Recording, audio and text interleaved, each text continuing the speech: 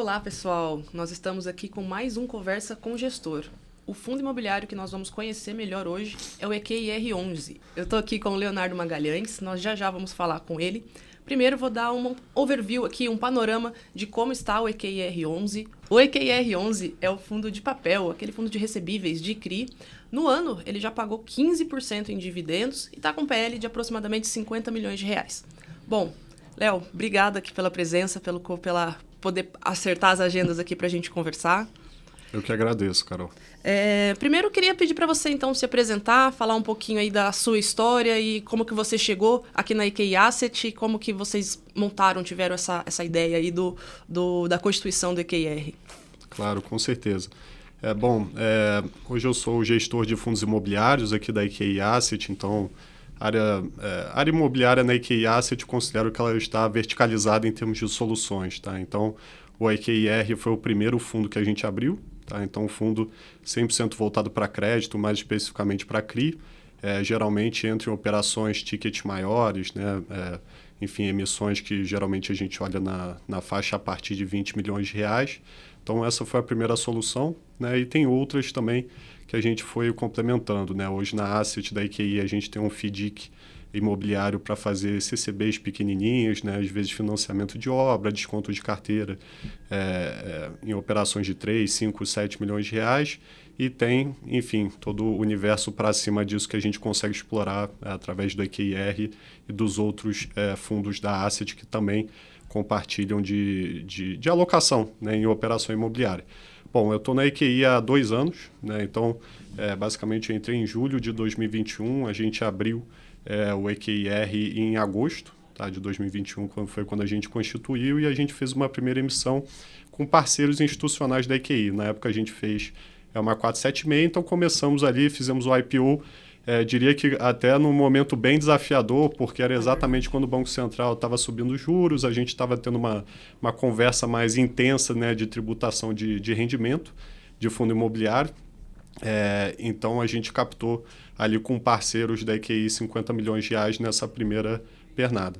Depois a gente foi evoluindo o trabalho, então logo de início a gente alocou 100% da carteira dentro de um mês. Em novembro de 2021 listamos as cotas na B3, então foi quando efetivamente a gente começou, né, a ganhar uma certa liquidez e a abrir, né, o acesso ao fundo não só para o público institucional, mas também para diversas pessoas físicas. Então, você começa, esse início do fundo é muito no sentido de gerar valor primeiro para os clientes, né, e provar, né, que a gente sabe fazer gestão. Então, de fato, criar track record, e foi exatamente isso que a gente fez. Então, a gente pegou esse momento de mercado, eu diria que também mais desafiador, né, que a gente viu ciclos de juros altos, né, alguns CRIs entrando em default, devedores, né, ou com nível de despesa financeira ou índices de alavancagem elevados, e a gente entende que fez um belíssimo trabalho também, modéstia à parte, em termos de alocação de risco ter retorno dentro do fundo. Então, fomos construindo, né, um dos principais desafios que a gente teve ao longo desse caminho e que todo fundo novo tem, é a liquidez. Então, começamos basicamente com 0 liquidez, fomos fazendo, né, conversas como essa que a gente está fazendo aqui e, claro, o rendimento do fundo por si só, ele vai dando mais publicidade, né, a gente começa a ficar mais conhecido no mercado, e a gente fez um acerto também, na minha opinião, em outubro de 22, quando a gente fez o split das cotas. Então, a gente splitou as cotas que estavam em R$100 para 10. Isso também abriu muito a capilaridade ali, os investidores que acessaram o nosso fundo. Então, com isso, a gente, na época, estava com 200 cotistas, subimos para 2.000, tá? E mais recentemente também fizemos uma campanha de doação de cotas do fundo. Então, aqui na EQI a gente tem um evento bem tradicional que nós dois participamos, que é o FII Summit, né? Participamos do painel com outros gestores, e no FII Summit a gente fez uma campanha de doação de cotas também para convidar esse público a participar e, no mínimo, né, você tendo uma cota ali, a conhecer um pouquinho mais sobre o fundo. Então, hoje, né, largamos lá de 0, hoje somos 5.500 cotistas ali no EQIR11. Largamos de 0 de liquidez hoje, data base julho, tá? Então, que é o mais recente que a gente tem. Atingimos aí R$200 mil de liquidez de volume médio diário negociado. Então, lógico que a gente vai continuar trabalhando bastante, né? O nosso próprio próxima meta vão ser 500 mil, de volume médio diário negociado, 1 milhão, e claro, prover o máximo de liquidez possível, mas a gente entende que está num caminho muito legal. Tá? Colocando num contexto também do histórico da EQI, tá? Por que eu acho que esse fundo é especial e ele é diferente dos outros do mercado, exatamente por ele ser EQI. Então, hoje, né, a gente concretizou recentemente, viramos de fato uma corretora. Então, isso abre muito leque de opções, né, de oportunidades aqui dentro. E hoje, né, somos um player com 24 bilhões sob custódia e aproximadamente 70 mil clientes espalhados de Brasil afora. Por que eu estou falando isso? Isso faz diferença para o EQI R11. Esses 70 mil clientes são atendidos por assessores que, por sua vez, ganharam dinheiro em algum lugar, seja, né, geralmente na economia real, seja com uma construtora, com uma incorporadora, ou fizeram dinheiro na indústria. E esse cara, naturalmente, ele tem uma demanda, né, por crédito. Por equity também, claro, mas por crédito. Então, a gente criou também, através da consolidação de um time de estruturação, análise e acompanhamento muito bem feito, né, e construído aqui dentro da EQI, para gerar essa originação proprietária dentro do fundo. Então, aos poucos, a gente foi trazendo esse diferencial. Né? Quando a gente largou o fundo lá atrás, a gente fez uma primeira alocação em CK, que a gente pode comentar um pouquinho mais à frente, mas foi a primeira originação proprietária que foi alocada pelo fundo. Hoje nós já temos 6 originações proprietárias. Né? Então, ao longo do tempo, né, acho que a ideia é a gente basicamente alocar 100% do fundo em alocações proprietárias, que é onde a gente entende também que é onde o investidor tem esse maior diferencial. Então, acho que o contexto do fundo seria esse. É o meu histórico no mercado financeiro também como gestor. Né? Eu tenho 31 anos hoje, tenho mais de 10 anos de mercado, passei por diferentes instituições. Inicialmente fui gestor de fundo de equity. Tá. E então muito voltado, já cobria, né, as empresas de construção, né, abertas em bolsas e, claro, shoppings e real estate de forma geral. E aí mudei mais recentemente, diria, né, os últimos 5 anos, todo viés para crédito estruturado e bem focado na área imobiliária. Então, acho que, né, hoje, claro que todos têm um input, né, nesse produto, né, não é só porque eu sou gestor do fundo, a gente tem sempre um comitê, um colegiado, que hoje somos 40 pessoas na Asset, sendo 9 gestores, e todos esses gestores dão esse input também, contribuindo, né, para o resultado do fundo, mas me deram a confiança para liderar esse trabalho também, que foi bem bacana. E é isso, a gente está super empolgado aí com o crescimento do fundo, muito orgulhoso do que a gente fez até agora, mas sabe que, cara, tem uma estrada gigantesca aí para a gente percorrer. Ah, que bacana. Isso que você falou é bem importante mesmo, porque são 70 mil clientes na base da EQI hoje, né? A gente até, às vezes...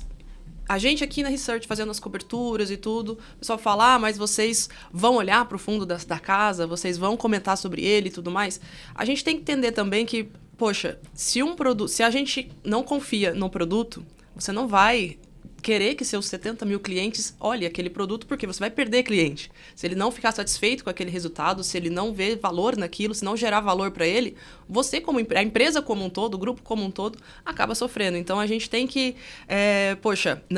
a gente tem obviamente, uma divisão aqui.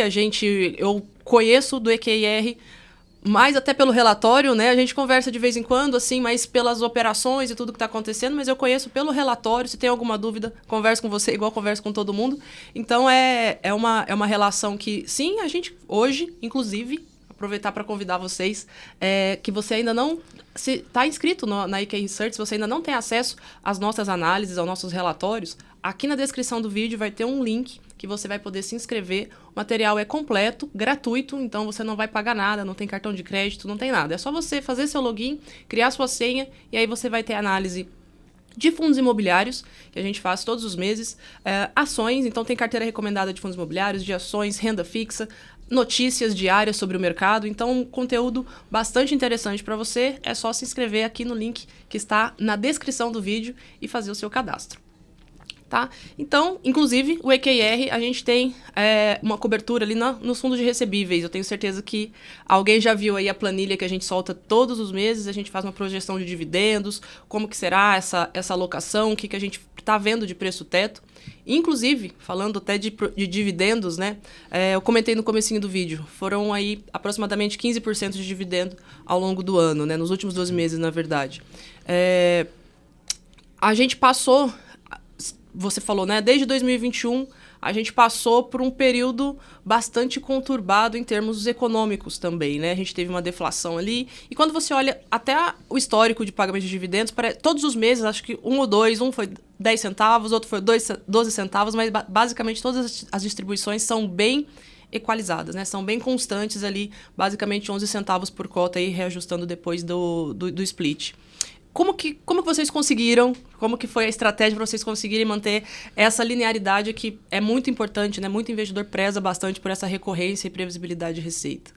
Bacana.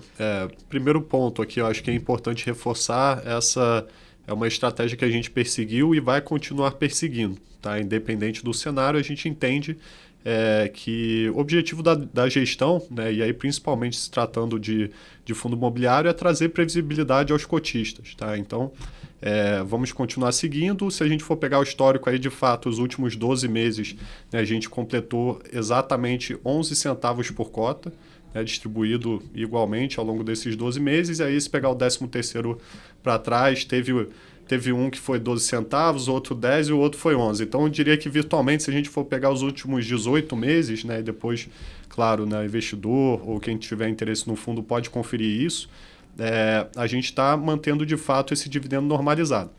Como que fizemos isso? Tá? Isso depende muito do cenário.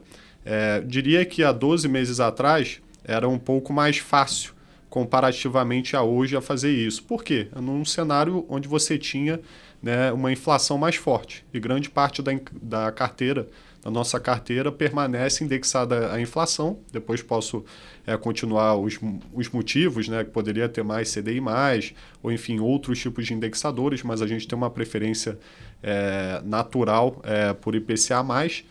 E, enfim, como é que a gente tem feito isso, né?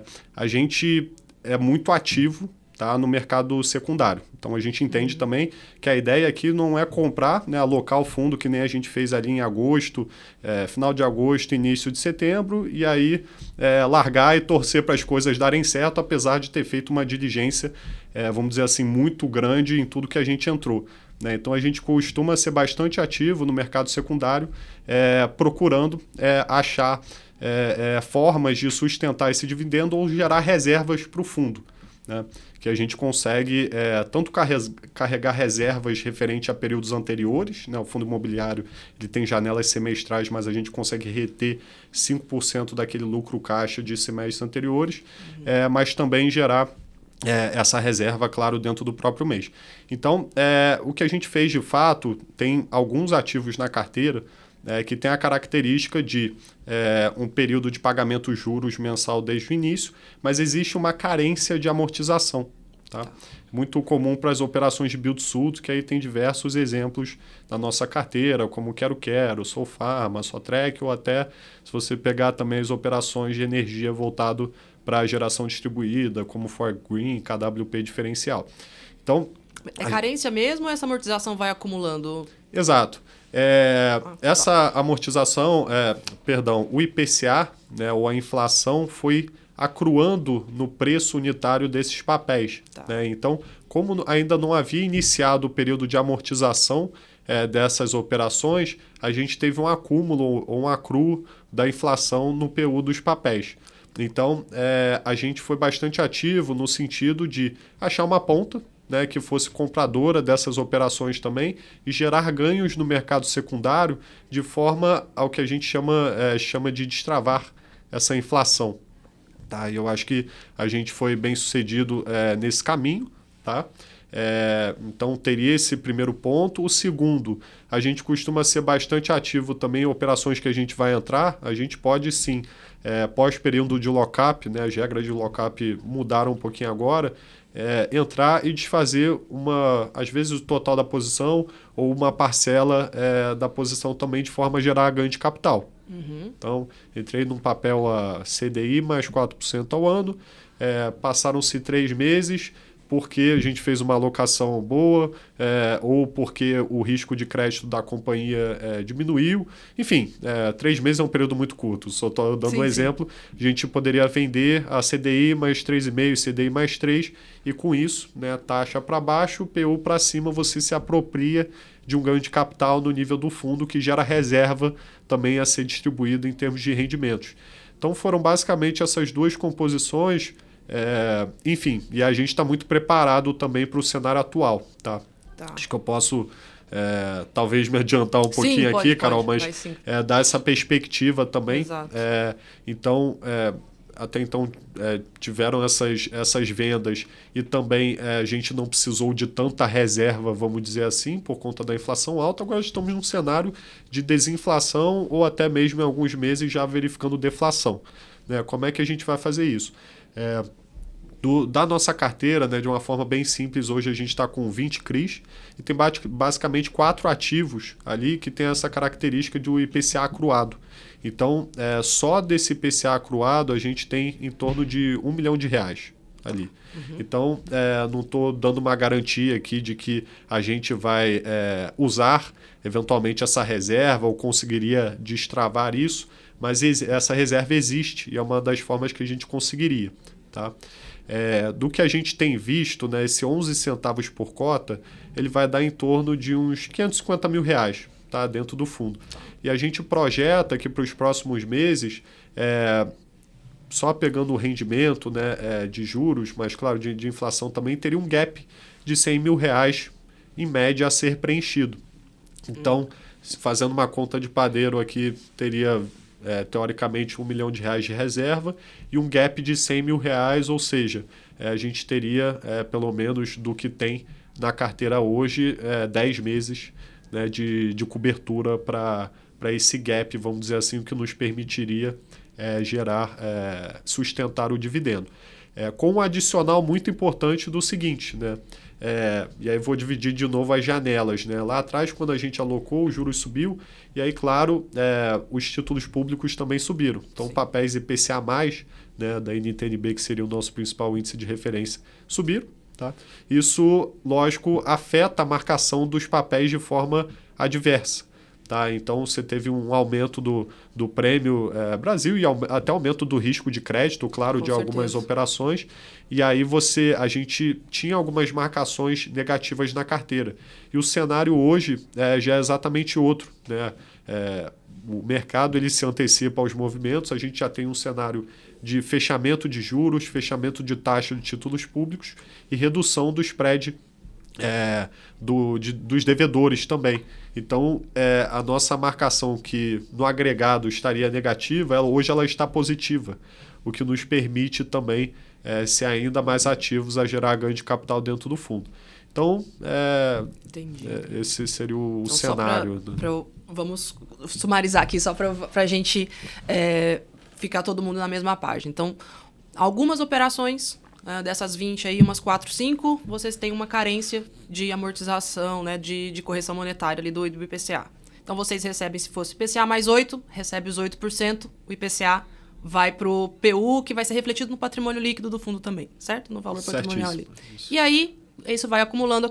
Hoje, aproximadamente R$1 milhão, que seria desse IPCA acruado, né, ali no valor. E aí, se você vender, isso transita pelo caixa e você pode distribuir.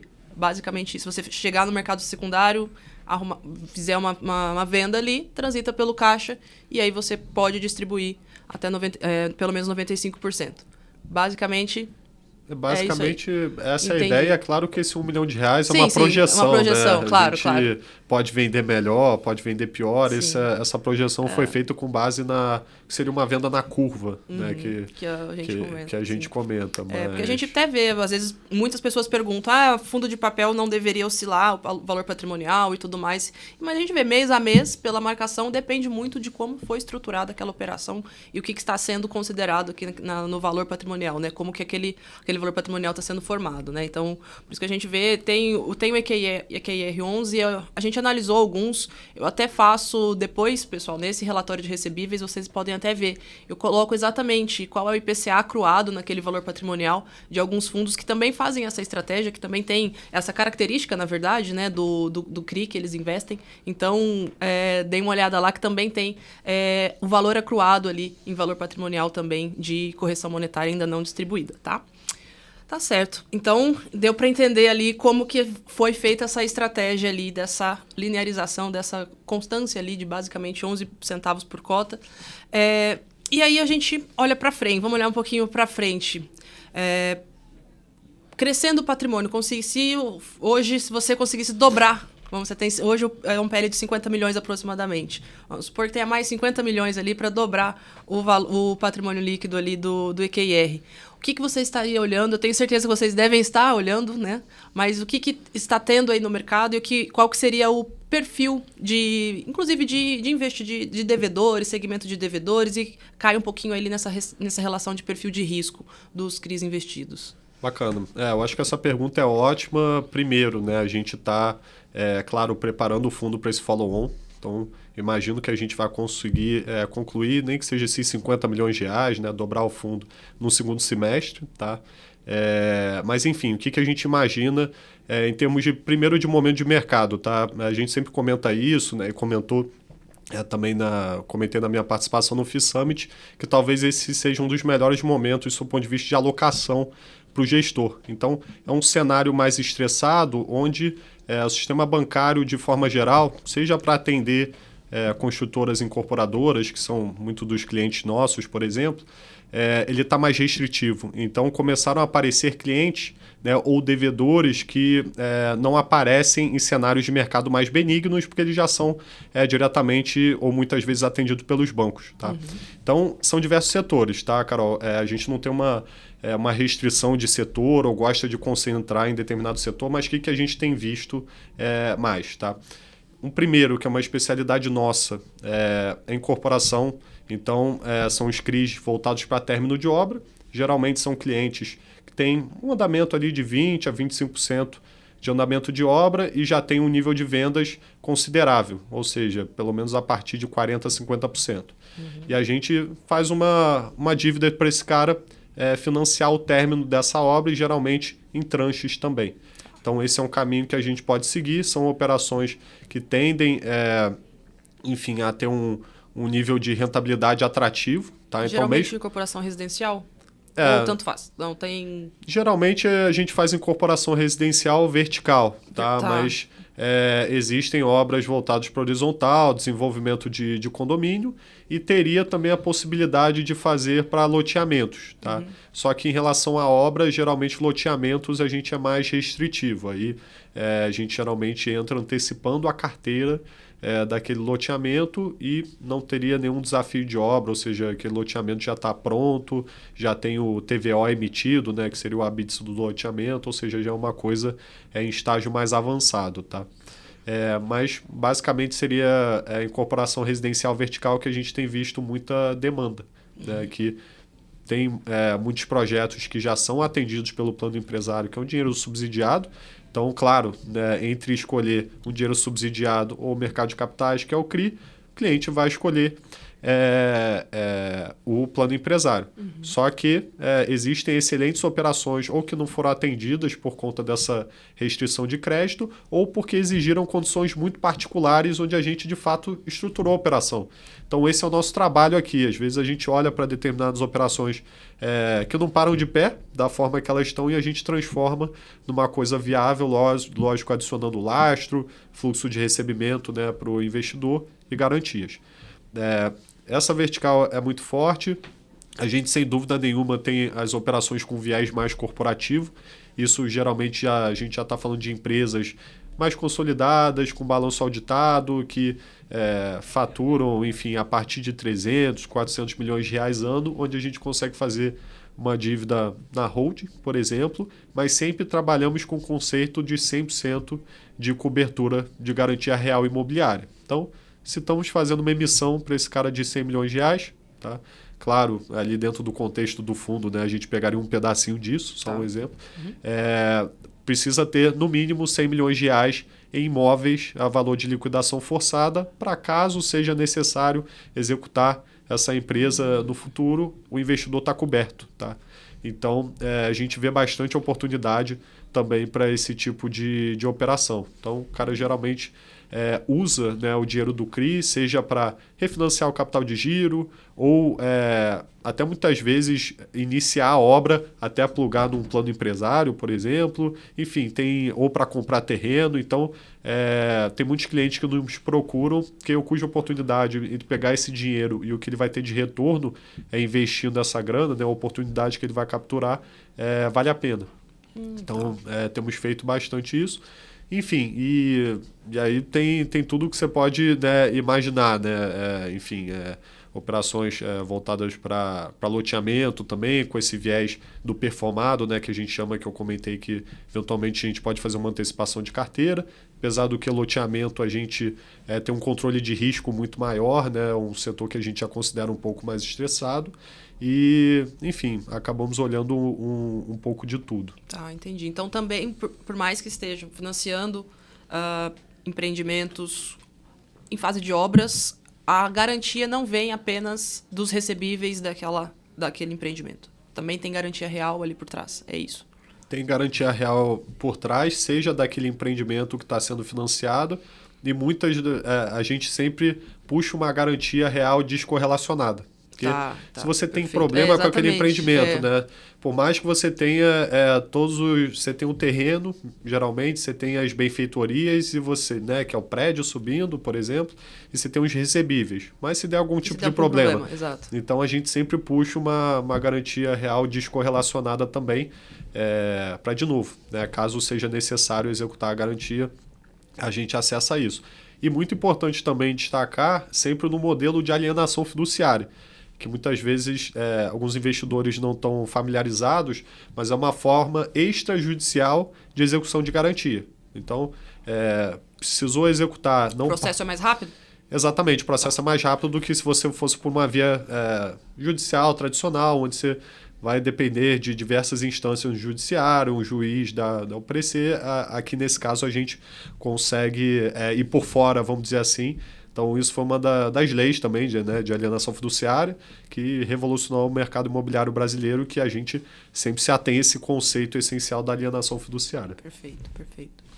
Aí, falando um pouquinho, então, do contexto geral, né? A gente viu no passado não tão distante, e até tem acontecido ainda, né? A gente tem visto um estresse de crédito em alguns fundos de papel bastante elevado, né? Então, isso afetou bastante muita gente, muitos investidores, às vezes foram bastante prejudicados, né? Acabam conhecendo da pior maneira, né, um investimento em fundo de papel. Como que vocês... Você até comentou na primeira resposta, né, do comitê de investimentos, de como que é a decisão, que vocês têm uma equipe. Você está aqui falando pelo EQR, mas tem uma equipe ali grande por trás, né, que faz todas as análises e diligências. Como é esse processo? O que vocês não deixam de olhar? O que é que faz com que algum CRI, algum crédito entre na carteira do fundo? Perfeito. Bom, primeiro em termos de contexto, né, de cenário estressado, claro que isso acaba impactando a economia como um todo, mas a gente entende que tem determinados setores que sofrem mais do que outros, né, que são os setores cíclicos. Então, a gente enxergou, né, um estresse, vamos dizer assim, um pouco acima da média no setor de multipropriedade, setor de loteamento, de shoppings e hotéis, né, que são setores que dependem mais do varejo, dependem da demanda, então a gente entende que são setores que sofrem mais comparativamente à logística, por exemplo. Né? Então, a gente tentou blindar um pouco da carteira do fundo nesse sentido. Né? Você vê que, se vocês forem abrir a carteira do EQIR11, não tem nenhum investimento em multipropriedade. Não estou falando necessariamente que não precisaria ter. Acho que tem casas que sabem fazer isso bem, mas de fato não é uma expertise nossa e calhou também. Enfim, tem alguns desafios, né, quando de fato as coisas apertam. Né? Bom, E aí, respondendo a segunda parte da sua pergunta, aí de fato, apesar de ser o gestor do fundo, né, eu não tomo nenhuma decisão sozinho. Tá? Então, como é que geralmente é esse comitê? Né? Participa o CIO da Asset, participam, né, os diretores, né, enfim, que ficam diretamente ligados à operação, e o responsável por cada caixinha, principalmente crédito. Né? Então, gestor de créditos líquidos participa, gestor de crédito estruturado participam, pessoal também de wealth e renda variável, então é de fato um colegiado, né, de pessoas com expertise, né, depois for levantar o currículo do pessoal aqui da EQI Asset, é excepcional. Então a gente acaba tendo esse input, e é um comitê de investimento, vou dar um panorama geral aqui, não é nada que a gente vá reinventar a roda, tá? Mas a gente é muito atento aos processos, né? Então, vou dar um exemplo de alguns filtros, né? A gente não entra com empresas em operações, né? Empresas que não têm nenhum track record no setor de atuação. Então, tem sempre uma apresentação extensiva, institucional, o que é aquela empresa, qual setor que ela pertence, todas as linhas de negócios possíveis e o que ela tem de sucesso comprovado na atividade fim dela. Então, isso muito importante. O segundo, sem dúvida nenhuma, é a governança corporativa. Tá? Então, quem são as pessoas ou os sócios que vão tomar aquela dívida, que vão estar diretamente envolvidos com a gente ali, né, no dia a dia, que a gente é muito ativo também no acompanhamento das operações. E depois, claro, a gente esmiuça todos os números, né, demonstrações financeiras, e bastante, né, numa parte mais quantitativa. Então, isso a gente pega um agregado assim, do que seria o devedor. E aí depois tem todas as características relacionadas à emissão em si. Então, antes de levar qualquer operação a comitê também, a gente já traz naturalmente algumas sugestões de coisas para blindar a operação sob o ponto de vista de garantia. Então, uma garantia real imobiliária que eu comentei aqui seria um exemplo. Isso eu estou falando para ficar bem claro também. Poderia ser um terreno, está alienado para a operação. Poderia ser um imóvel, né, um apartamento pronto de um dos sócios. Então, isso tem funcionado muito bem.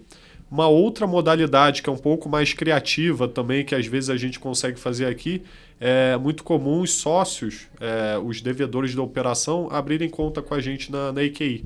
Né? Tem esse diferencial. E esses caras eles podem ou aplicar em fundos da casa ou constituir um fundo exclusivo, e eles alienam essas cotas ou investimento que ele tem com a gente em garantia da operação. É o que a gente chama o famoso, né, o cash collateral, que certo. O pessoal usa bastante esse termo.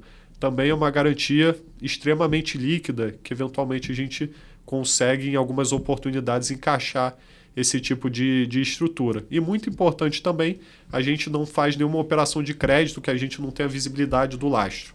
Né? Então, existem algumas operações, por exemplo, de compra do terreno para um desenvolvimento futuro que, cara, a gente não sabe exatamente como vai ser, às vezes não tem um projeto aprovado numa prefeitura ou de registros que são necessários. Isso, geralmente, né, a gente fica de fora.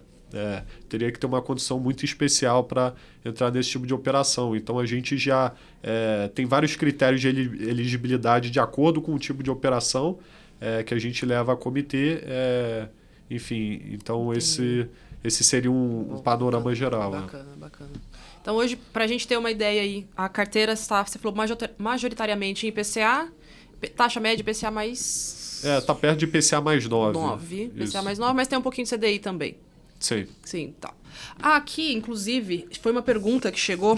Eu sempre abro no Instagram algumas perguntas ali para o público, para entender melhor e tal. Uma pergunta que chegou foi justamente sobre a duration. Pergunta um pouquinho mais técnica aqui, mas o comentário foi justamente, ele até me chamou no privado ali para explicar melhor a pergunta. Porque a carteira tem fundos ali, tem CRIs ali com uma duration bem mais longa, outro com durations mais curtas. Na média está em torno de 5 anos, né? Se não olhei errado. Exato. Tá 5 anos. Então, como essa duration com a queda de juros? esses fundos, esses CRIs que têm uma duration um pouco mais longa, eles terão uma volatilidade maior no mercado secundário.